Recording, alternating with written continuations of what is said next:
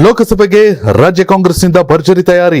ಸಚಿವರುಗಳಿಗೆ deal ಕೊಟ್ಟ DCM DK Shivakumar. Hi hello ನಮಸ್ಕಾರ ವೀಕ್ಷಕರೇ, ಕರ್ನಾಟಕ ಟಿವಿಗೆ ಸ್ವಾಗತ. ನಾನು ಯೋಗೇಶ್ ಈಶ್ವರ್. ಕರ್ನಾಟಕ ವಿಧಾನಸಭಾ ಚುನಾವಣೆಯ ಫಲಿತಾಂಶದ ಬಳಿಕ ಗೊತ್ತಾಗಿತ್ತು ಕಾಂಗ್ರೆಸ್ನ ಹೋಮ್ ವರ್ಕ್ ಹೇಗಿರುತ್ತೆ ಅಂತ. ಒಂದ್ ಕಡೆ ಸದ್ಯ ರಾಜ್ಯದಲ್ಲಿ ಹಿಮಾಚಲ ಪ್ರದೇಶದಲ್ಲಿ, ಮತ್ತೊಂದ್ ಕಡೆ ಕರ್ನಾಟಕದಲ್ಲಿ, ಮಗದೊಂದ್ ಕಡೆ ತೆಲಂಗಾಣದಲ್ಲಿ, ಈ 3 ರಾಜ್ಯಗಳಲ್ಲಿ ಅಷ್ಟೇ ಕಾಂಗ್ರೆಸ್ ಇರಬಹುದು ಸದ್ಯ.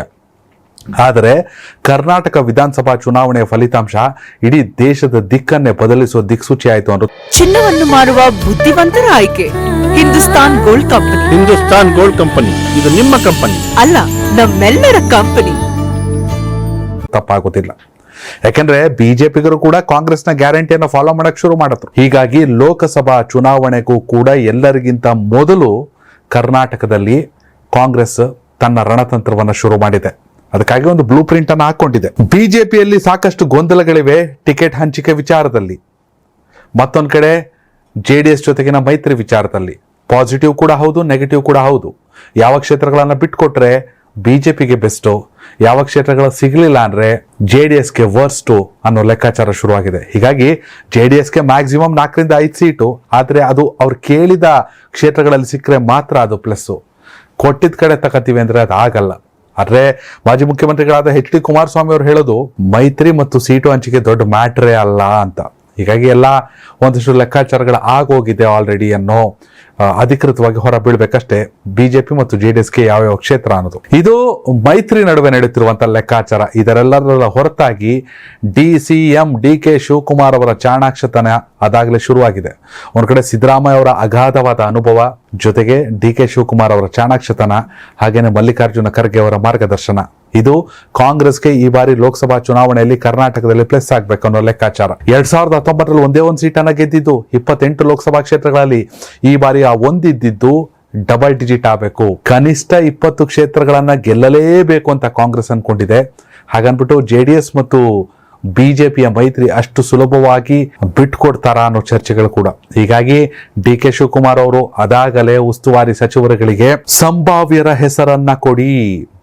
ಎಸ್, ಈಗ ಮೈಸೂರು ಲೋಕಸಭಾ ಕ್ಷೇತ್ರ ಅಂತ ತಗೊಂಡಾಗ ಪ್ರತಾಪ್ ಸಿಂಹ ಅವರು ಚುನಾವಣೆಗೆ ನಿಂತರೆ, ಅಥವಾ ಬಿಜೆಪಿ ಮತ್ತು ಜೆಡಿಎಸ್ ಮೈತ್ರಿಯಿಂದ ಯಾರಾದರೂ ನಿಂತರೆ ಅದನ್ನ ಸೋಲ್ಸುವಂತ ತಾಕತ್ತು, ವರ್ಚಸ್ಸು ಯಾರಿಗೆ ಇದೆ? ನನಗೆ ಕ್ಲಿಯರ್ ಪಿಕ್ಚರ್ ಬೇಕು. Plan A, plan B, plan 3, ಈ 3 ಪ್ಲಾನ್ ಎ ಬಿ ಸಿ 3 ಇಟ್ಕೊಂಡು ಆ 3 ಸ್ಕ್ರೂಟಿನಿ ಮಾಡಿದಾಗ ಬರುವ ಔಟ್ಪುಟ್ ಏನು? ಯಾರಿಗೆ ಟಿಕೆಟ್ ಅನ್ನ ಕೊಟ್ರೆ ಇನ್ಯಾರು ಮುನಿಸ್ಕೊಳಲ್ವಾ? ಎಲ್ಲರೂ ಕೂಡ ಒಗ್ಗಟ್ಟಿನಿಂದ ಕೆಲಸವನ್ನು ಮಾಡ್ಕೊಂಡು ಹೋಗ್ತಾರಾ? ಅಂತಹ ಒಂದು ಸರ್ವೆಯ ರಿಪೋರ್ಟ್ ನನಗೆ ಬೇಕು. ಅಂತ ಒಂದು ಸಂಭಾವ್ಯರ ಪಟ್ಟಿ ನನಗೆ ಬೇಕು. ನೀವು ಬೆಸ್ಟ್ 3 ಅನ್ನ ಕೊಡಿ. ಆ ಬೆಸ್ಟ್ 3 ಅಲ್ಲಿ ಟಾಪ್ ಯಾರು ಅಂತ ಪಿಕ್ ಮಾಡಿ. ಆ ಟಾಪ್ಗೆ 2 ಮತ್ತು 3 ಸ್ಥಾನದವರು ಸಪೋರ್ಟ್ ಅನ್ನ ಮಾಡ್ತಾರಾ? ಈ ಎಲ್ಲಾ ರೀತಿಯಲ್ಲಿ ಎಲ್ಲಾ ಆಂಗಲ್ ಅಲ್ಲಿ ಕೊಡ್ಬೇಕಂತ ಹಿಂದೆ ರಾಹುಲ್ ಗಾಂಧಿ ಅದಾಗಲೇ ಒಂದು ವಾರ್ನಿಂಗ್ ಅನ್ನ ಕೊಟ್ಟಿದ್ದಾರಂತೆ. ಒಂದು ವೇಳೆ ಉಸ್ತುವಾರಿ ಕ್ಷೇತ್ರದಲ್ಲಿ ಕಾಂಗ್ರೆಸ್ ಸೋತರೆ ಸಚಿವರುಗಳು ತಮ್ಮ ಸ್ಥಾನವನ್ನ ತ್ಯಾಗ ಮಾಡಬೇಕು ಅಂತ. ಹೀಗಾಗಿ ಡಿ ಕೆ ಶಿವಕುಮಾರ್ ಅವರು, ಸಿದ್ದರಾಮಯ್ಯ ಅವರು, ಮಲ್ಲಿಕಾರ್ಜುನ್ ಖರ್ಗೆ ಅವರು ಎಲ್ಲರೂ ಕೂಡ 543 ಕ್ಷೇತ್ರಗಳಲ್ಲಿ ಕರ್ನಾಟಕದ 28 ಲೋಕಸಭಾ ಕ್ಷೇತ್ರಗಳನ್ನ ತುಂಬಾನೇ ಗಂಭೀರವಾಗಿ ಪರಿಗಣಿಸಿದ್ದಾರೆ. ಹೀಗಾಗಿ ಅದಾಗಲೇ ಸಂಭಾವ್ಯರ ಪಟ್ಟಿ ರೆಡಿ ಆಗಿದ್ದರೂ ಕೂಡ ಮೇಲಿಂದ ಮೇಲೆ ಓಕೆನಾ ಅನ್ನೋ ಲೆಕ್ಕಾಚಾರ ನಡೀತಾ ಇದೆ. ವೀಕ್ಷಕರೇ, ಕರ್ನಾಟಕದಲ್ಲಿ ಕಾಂಗ್ರೆಸ್ ವಿಧಾನಸಭಾ ಚುನಾವಣೆ ಅಂತ ಲೋಕಸಭೆಯಲ್ಲೂ ಕೂಡ ಸ್ಟ್ರಾಂಗ್ ಬೌನ್ಸ್ ಬ್ಯಾಕ್ ಅನ್ನ ಮಾಡುತ್ತಾ ನಿಮ್ಮ ಅಭಿಪ್ರಾಯ ಕಾಮೆಂಟ್ ಮಾಡಿ. ಧನ್ಯವಾದಗಳು. ಈ ಭೂಮಿ ಮೇಲೆ ತಾನಷ್ಟೇ ಉದ್ಧಾರ ಆದ್ರೆ ಸಾಕು, ಬೇರೆಯವ್ರನ್ನ ಬೆಳೆಸೋ ಉಸಾಬರಿ ನಮ್ಗ್ಯಾಕೆ ಅನ್ನೋರ್ ಸಂಖ್ಯೆನೇ ಜಾಸ್ತಿ. ಆದ್ರೆ ಕೆಲವರು ಮಾತ್ರ ತಾನು ಬೆಳೆಯೋದ್ರ ಜೊತೆಗೆ ತನ್ನವರನ್ನು ಕೂಡ ಬೆಳೆಸ್ತಾರೆ. ತಮಗಿಂತ ಎತ್ತರಕ್ಕೆ ಬೆಳೆಯೋಕೆ ಬೆಳಕಾಗ್ತಾರೆ. ಸಾಧಿಸುವ ಗುರಿ ಇದ್ದವ್ರಿಗೆ ದಾರಿದೀಪ ಆಗ್ತಾರೆ. ಇದೀಗ ನಾನು ಇತರರ ಭವಿಷ್ಯಕ್ಕೆ ಬೆಳಕಾಗುವವರ ಸಂದರ್ಶನ ಮಾಡಲು ಹೊರಟಿದ್ದಾನೆ. ಮಿಸ್ ಮಾಡದೆ ನೋಡಿ ಕರ್ನಾಟಕ ಟಿವಿ ದಾರಿದೀಪ.